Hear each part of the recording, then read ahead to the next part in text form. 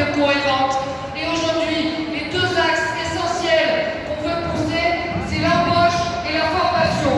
Donc, on a fait appel à tous les privés d'emploi de nous rejoindre. Et il y en a de plus en plus. Les intérimaires qui, par exemple, avec cette année de Covid, n'ont plus de mission et se retrouvent dans la galère. Là, il y a la société, la CGT du spectacle, les salariés et les intermittents du spectacle qui sont là devant nous. Il y aurait certainement des choses à organiser pour qu'ils puissent continuer à travailler, pour qu'ils puissent nous permettre, nous aussi, de se récréer, de se divertir, de réfléchir et de respirer un peu parce qu'on n'en peut plus. Donc ce qu'on veut, c'est se réapproprier notre travail, se réapproprier la démocratie. Qui mieux que nous pour savoir dans quel sens il faut développer les moyens pour le bon travail? Il n'y a que nous. Donc aujourd'hui, ce qu'on dénonce, c'est un système qui favorise les grands groupes lucratifs, qui engrangent des dividendes monstrueux, alors que non, aujourd'hui, ce qu'il faut développer, c'est la philosophie non lucrative, la philosophie des services publics, l'intérêt général. Oui, on travaille, on crée des richesses, mais pas pour engraisser des banquiers ou des actionnaires. Ce qu'on veut, c'est travailler pour créer une société juste, équitable, solidaire, où il fait bon vivre. Et on verra que si on arrive à développer ces moyens, beaucoup moins de tensions existeront dans notre pays.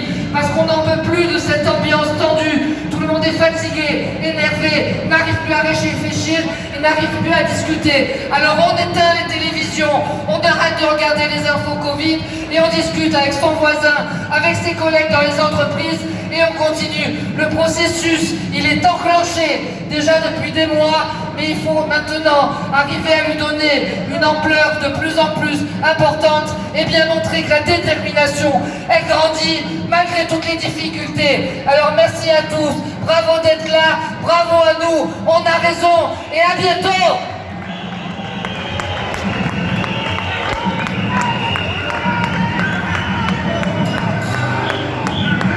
Juste un mot quand même, parce que sur la Sécu, les députés, la majorité des députés, pas tous, mais la majorité, ont voté le PLFSS 2021, c'est-à-dire la loi de financement de la Sécu pour l'année 2021.